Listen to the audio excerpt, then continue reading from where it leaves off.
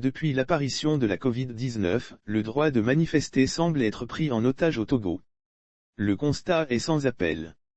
L'application de l'état d'urgence a restreint ce droit fondamental de manière préoccupante. Le préfet du Golfe a empêché une nouvelle fois le Front citoyen Togo debout de tenir son rassemblement ce samedi 20 novembre alors que toutes les manifestations ont été interdites par les autorités dans le pays. Un meeting avorté que le FCTD refuse de considérer comme un échec. Professeur David Dossé, premier porte-parole du Front citoyen Togo debout s'est confié à l'interview.info sur ce sujet.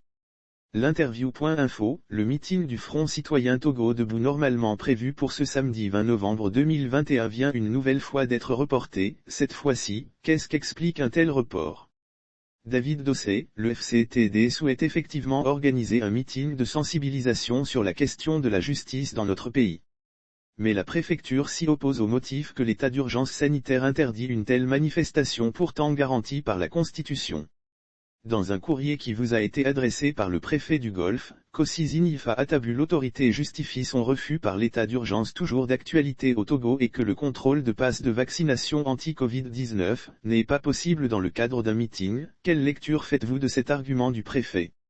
C'est un prétexte, même un faux prétexte car, en dépit de la pandémie, les manifestations se tiennent dans d'autres pays qui ont été plus touchés que le nôtre. Une délégation togolaise est actuellement à Durban d'ailleurs dans le cadre d'une foire commerciale internationale qui accueille des milliers de personnes. Pourtant l'Afrique du Sud est un des pays les plus touchés en Afrique.